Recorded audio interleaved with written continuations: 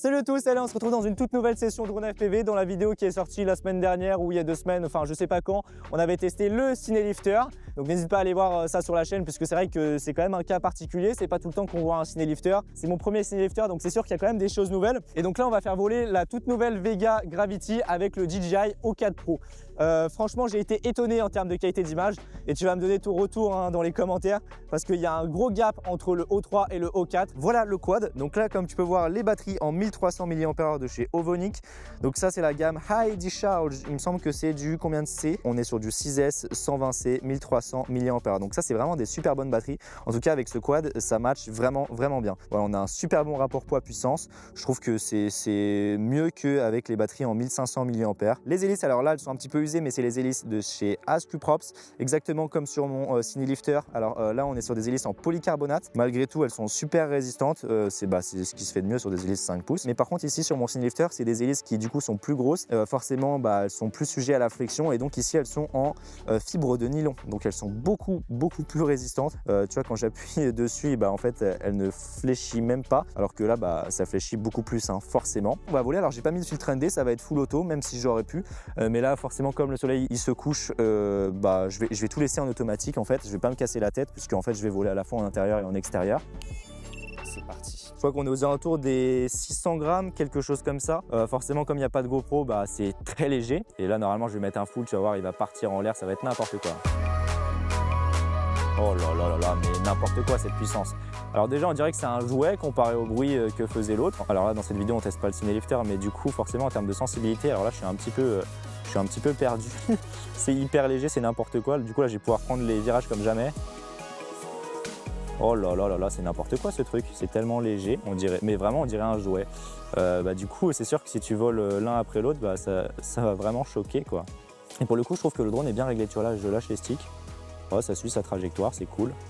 Il n'y a pas trop de gélo alors que sur mon Cinelifter là pour le coup, il y a pas mal de gélo. Il faut que j'essaye d'ajuster les réglages parce que là c'est n'importe quoi. Alors on est là aussi pour juger au niveau de la qualité d'image, puisque regarde, donc là on est sur un middle, on est sur un middle, tu vois, en termes de basse luminosité. Et puis là, je vais passer sur le soleil, on va voir comment il fait l'exposition. Donc là, on est complètement cramé. Je vais regarder juste après si je suis bien en automatique, mais normalement oui. Putain, mais j'adore du coup parce que là, j'ai plus aucune pression, alors que juste avant, j'avais une pression de ouf. Tu sais quoi, on va accélérer un peu plus. Bon, après, j'ai pas beaucoup d'angle, donc c'est un peu con, mais bon. Ça passe, ouais, ça passe. Ouais. Enfin, je mets beaucoup trop d'à-coup.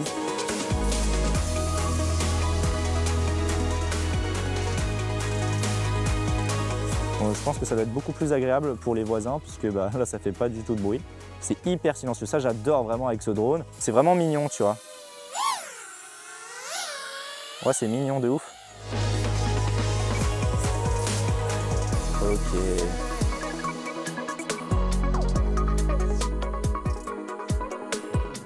Alors forcément, tu vois, j'aurais fait ça avec le Cinelifter, j'aurais dû faire une remise de gaz de malade. Mais là, le drone, il est tellement léger que forcément, il s'en fout, mais complet. Mais le drone, il flotte, mais comme jamais, tu vois, là, je coupe les gaz. Regarde le temps qu'il met à redescendre. Alors là, effectivement, il faut faire attention, il y a les lignes électriques, les lignes haute tension. Allez, on va passer derrière, on va regarder ce que ça donne. Au niveau de la portée et de la pénétration, je suis vraiment impressionné, c'est vraiment bon.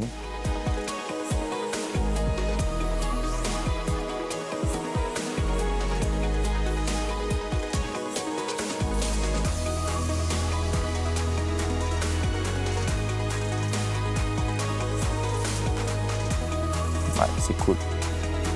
Alors en soi, je pourrais désarmer d'ici, tu vois, mais je vais descendre encore un petit peu. Et voilà, nickel. C'est vraiment génial. Alors là, je suis quand même très précis, là, je suis pile dans le H. Donc voilà, donc là, j'ai mon petit brassard LED qui s'allume. C'est trop mignon, c'est vraiment trop mignon, j'adore. Et allez, on va faire le petit hack pour pouvoir passer en 40 mégabits par seconde. Et comme ça, on va pouvoir aller derrière un petit peu. Donc là, le hack, en fait, c'est d'aller ici dans transmission. Et puis après, on va se mettre en mode canal manuel. On va se mettre ici en bande passante 40 MHz. Et puis après, on repasse en automatique, comme ça. Et ça, le problème, c'est qu'il faut le faire à chaque vol, à chaque fois que tu débranches la batterie, que le O4, le O4 il redémarre. Donc c'est vrai que c'est un poil chiant. Donc là, je suis à 30 mégabits par seconde. Hop, et puis on va aller dans la forêt. Alors on va commencer par ce que j'ai fait tout à l'heure là, donc juste passer ici. Voilà. Alors j'ai quand même beaucoup plus un peu moins de macro-blocs par rapport à tout à l'heure. C'est vrai que l'image est plus clean, mais bon, c'est pas non plus la folie. Alors je sais pas pourquoi parfois, c'est surtout sur le Cinelifter, je sais pas pourquoi, pourtant c'est les mêmes O4, hein, ils sont sous la même mise à jour normalement.